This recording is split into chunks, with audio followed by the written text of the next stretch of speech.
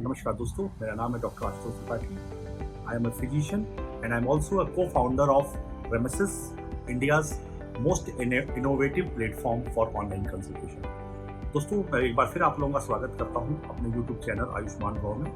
अपने पिछले वीडियो में मैंने बताया था कि हम कौन कौन सी ड्रग्स घर में रख सकते हैं जो कि OTC प्लेटफॉर्म में यूज़ की जा सकती है। और आज मैं कुछ अन्य दवाइयों के बारे में बताऊंगा जो दवाइयाँ हम लोग बरसों से यूज़ करते आ रहे हैं, पर कहीं ना कहीं वो दवाइयाँ यूज़ नहीं करनी चाहिए, लेकिन हमें जानकारी नहीं है, इसलिए हम लोग यूज़ कर लेते हैं। सबसे पहले बहुत कॉमन दवा है हम सभी के पास, हम लोग हेडेक के लिए, सरदर्द के लिए हम लोग डिस्प्रिन नामक दवा बहुत कॉमनली यूज़ करते रहे। दोस्तों, सबसे बड़ी प्रॉब्लम क्या है कि अगर आपको हेडेक हुआ रात में मान लीजिए और आपने बीपी तो नापा नहीं, और संयोग से अगर आपका बीपी बहुत हाई है, 200 के रेंज में है, और आपने डिस्प्रिन खा ली, डिस्प्रिन के साथ उसका साइड इफेक्ट है कि वो खून को पतला करती है, तो आपको ब्रेन हेमरेज भी हो सकता है। इसलिए बिना डॉक्टरी सलाह के डिस्प्रिन नहीं खानी चाहिए।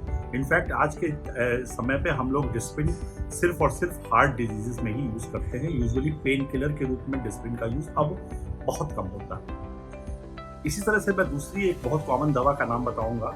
अमूमन हम सभी को जब भी घर में बुखार या दर्द, बॉडी पेन होता है, हम लोग तुरंत फ्लेक्सॉन या कॉम्बीफ्लैम यूज़ कर लेते हैं। दोस्तों, ये दवाइयाँ नो डाउट किसी ज़माने में बहुत ज़्यादा यूज़ होती थी, मैंने भी यूज़ की हैं। लेकिन इन दवाइयों के साथ प्रॉब्लम्स क्या है कि पहले के समय पे जो वायरल डिजीजेस जिनमें प्लेटलेट काउंट कम होते थे, वैसी बीमारियों का चलन नहीं था। पर पिछले 15-20 सालों से डेंगू और इन जैसी अन्य बीमारियों का चलन आया है जिनमें प्लेटलेट काउंट बहुत कम हो जाता है। तो अगर आपने बिना प्लेटलेट की जांच कराए और अगर आपने आइबुप्रोफेन और पैरासीटामोल का कॉम्बिनेशन जो कि इन दवाइयों में होता है, कॉम्बीफ्लैम और फ्लेक्सॉन में, आपने खाई, तो आपकी बॉडी में कहीं भी ब्लीडिंग की चांसेस हो सकती हैं। इसीलिए इन दवाइयों को अवॉइड करना चाहिए। इसके अलावा जो एक बहुत कॉमन दवा है जो हम लोग सभी लोग यूज़ करते रहे हैं पेट दर्द में पहले, अब तो कम यूज़ होती है, उसका नाम है स्पाज्मोप्रॉक्सिमान।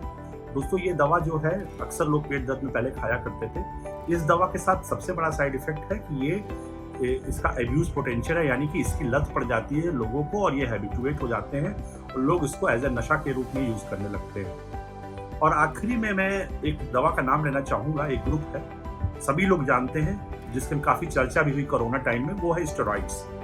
दोस्तों, स्टेरॉइड्स का चलन हमारे देश में हद से ज़्यादा है।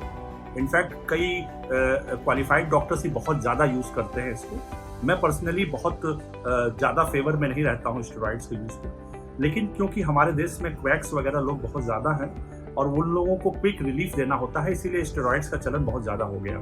खासकर सांस की बीमारियों में, हड्डी की रोग में, दर्द में या फीवर के क्विक रिलीफ में लोग स्टेरॉइड्स का बहुत ज़्यादा यूज़ करते हैं। लेकिन इन स्टेरॉइड्स के लॉन्ग टर्म में कई सारे साइड इफेक्ट्स हैं। इनसे हड्डियाँ भी गल जाती हैं, शरीर में सूजन आ जाती है, शुगर, ब्लड प्रेशर सब बढ़ जाता है। इसीलिए स्टेरॉइड्स का यूज़ बहुत सोच समझ कर करना चाहिए और बिना डॉक्टर की सलाह के कभी भी यूज़ नहीं करना चाहिए। दोस्तों, ये 3-4 दवाइयों का नाम मैंने बताया जो कि बहुत कॉमनली हम लोग यूज़ करते हैं, बट यूज़ करनी नहीं चाहिए बिना किसी की सलाह के। मैं इसी तरह से अन्य वीडियोज़ बनाता रहूँगा और एवं आप लोगों को जानकारी देता रहूँगा।